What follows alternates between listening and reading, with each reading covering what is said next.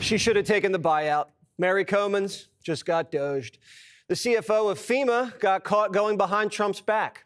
47 signed an executive order that was very clear. And this lady says, watch this. I'm going to send $60 million to Manhattan so Biden migrants can keep staying at luxury hotels. Musk caught her red-handed. Mary should have known FEMA was on shaky ground. Trump just said the agency should be terminated. Just last year, FEMA got caught skipping homes with Trump yard signs. And Mary thought it'd be a good idea to sneak $60 million to migrants. Trump's famous for saying you're fired. This lady's out of her mind. And now she's out of a job. Read the room, Mary. The whole government's being audited. The Department of Education's being actively dismantled. The Dozers are in the building on the 6th floor, canceling grants and contracts. Nearly $1 billion of wasteful contracts were ripped up yesterday. Like this one. A contractor was paid $1.5 million to observe mailing and clerical operations at one mail center. This guy was observing mail being opened and being sent for $1.5 million. This is the kind of no-show job a mob boss gives their cousin. DOGE also terminated 29 DEI training programs at the Department of Education worth over $100 million. That comes to $3.5 million for each training program. Most of you've gone through DEI training programs. You're, in with HR for an hour? Maybe it's just an online course. Cha-ching, $3.5 million. What? I should have been a DEI consultant.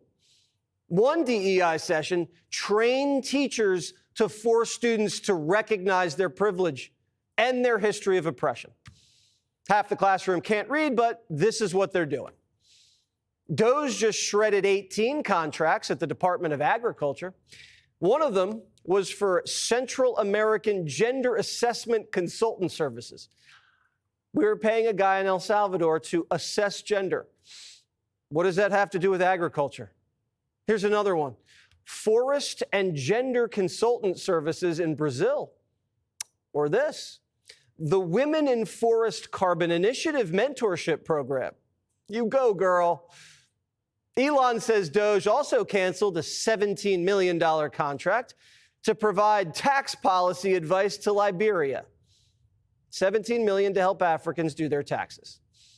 We even paid college tuition for Al-Qaeda. We gave a jihadi a full ride to Colorado State. Here's how the shell game works. You get taxed. Congress sends your money to a federal agency. The agency sends it to a Democrat nonprofit. The nonprofit president takes a fat salary, sends some of it to a subcontractor, and donates the rest to Democrats.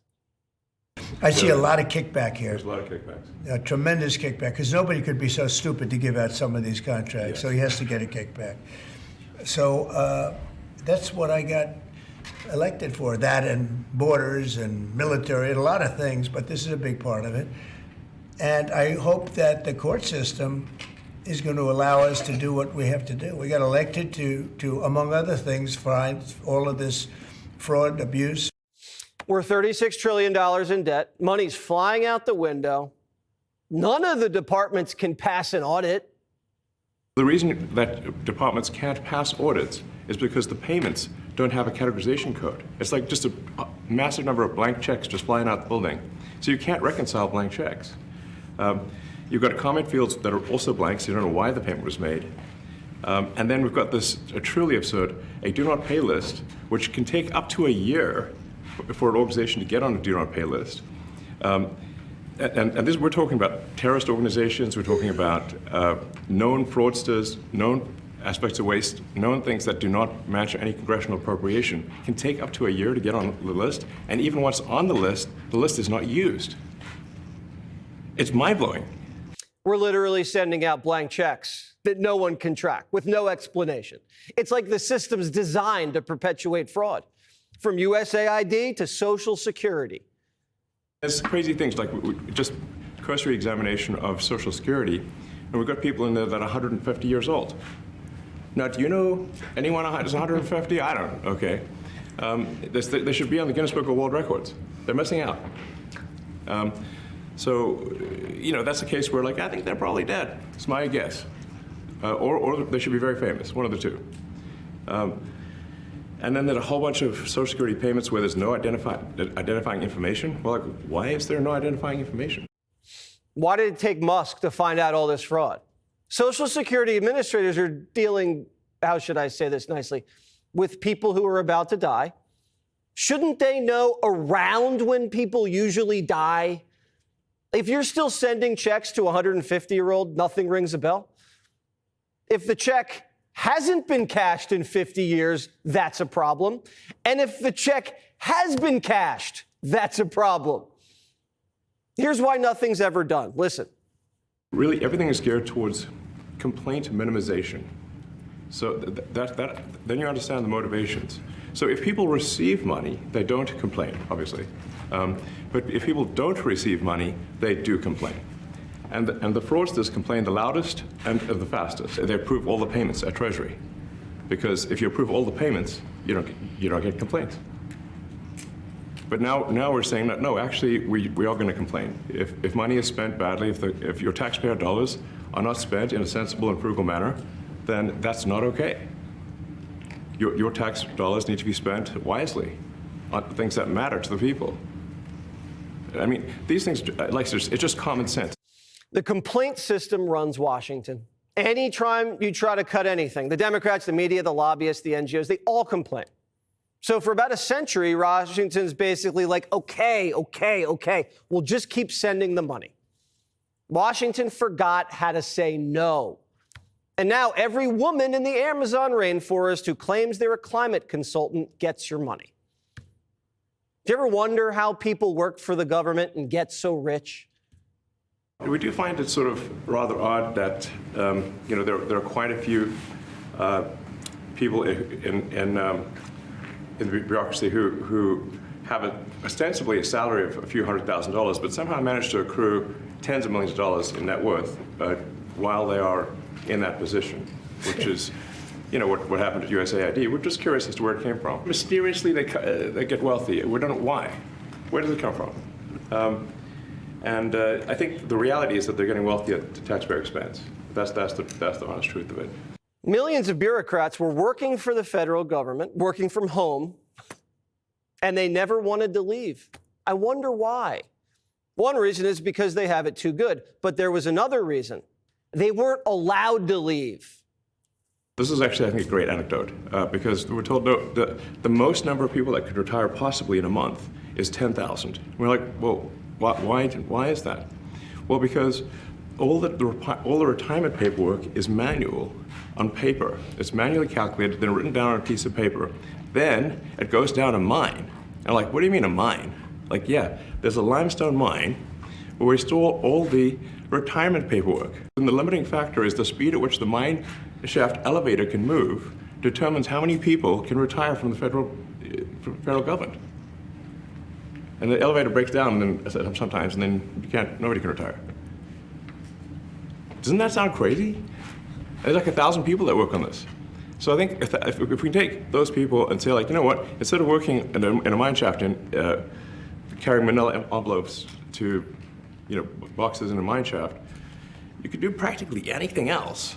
And you would add to the goods and services of the United States in a more useful way. Here's the government mine, where we house our paperwork because we won't computerize it like the rest of the world.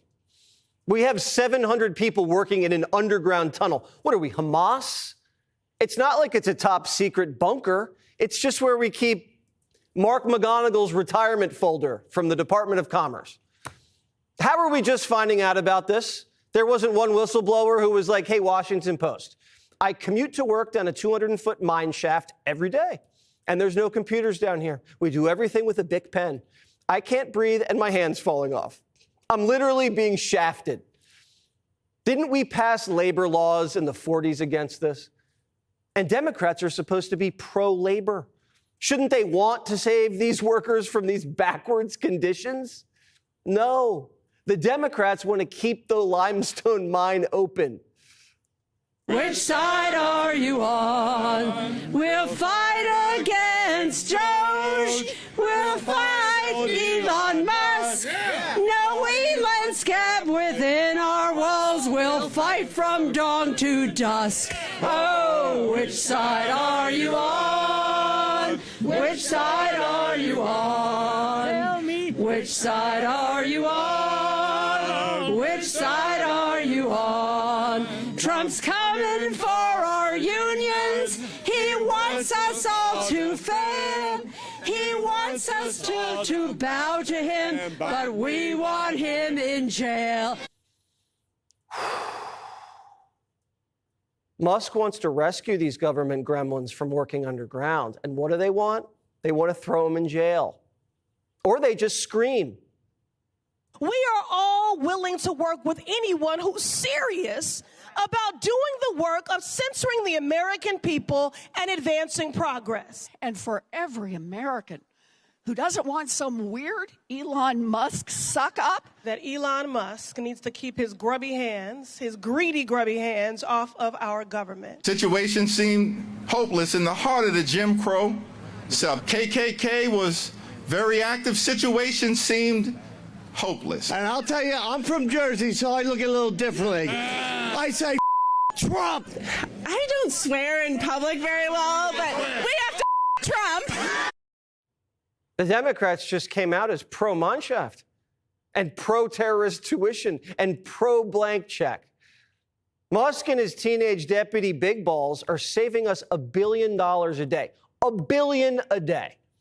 And have uncovered what could be the biggest kickback scheme in American history. And the media wants his head on a platter or something else on a platter. Democrats are in the minority, so you have only so much leverage. Have you all essentially made it clear to Mike Johnson that until they allow you all to subpoena big balls and the normalized Indian hate guy, at least subpoena them or subpoena Elon Musk? Democrats are judge shopping and getting liberal justices to rule against Trump for finding fraud. Billions and billions of dollars in waste, fraud, and abuse. And I think it's very important. And that's one of the reasons I got elected. I said, we're going to do that.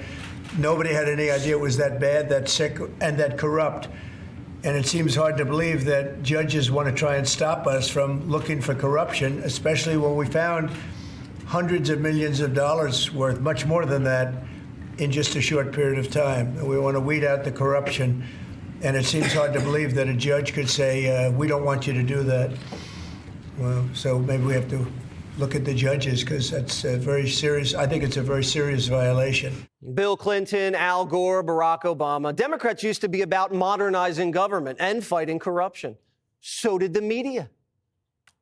If I give you $1 billion and you can't tell me what happened to it, that to me is wasteful. That means you are not responsible. But if you can't tell me where it went, then what am I supposed to think?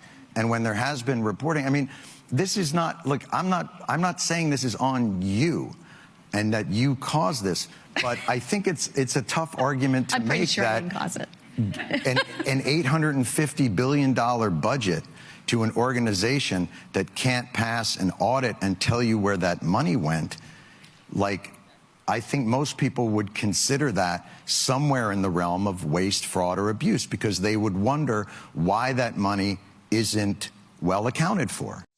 Anyone standing in the way of DOGE tells me they might be on the take, or they're benefiting from a wicked system.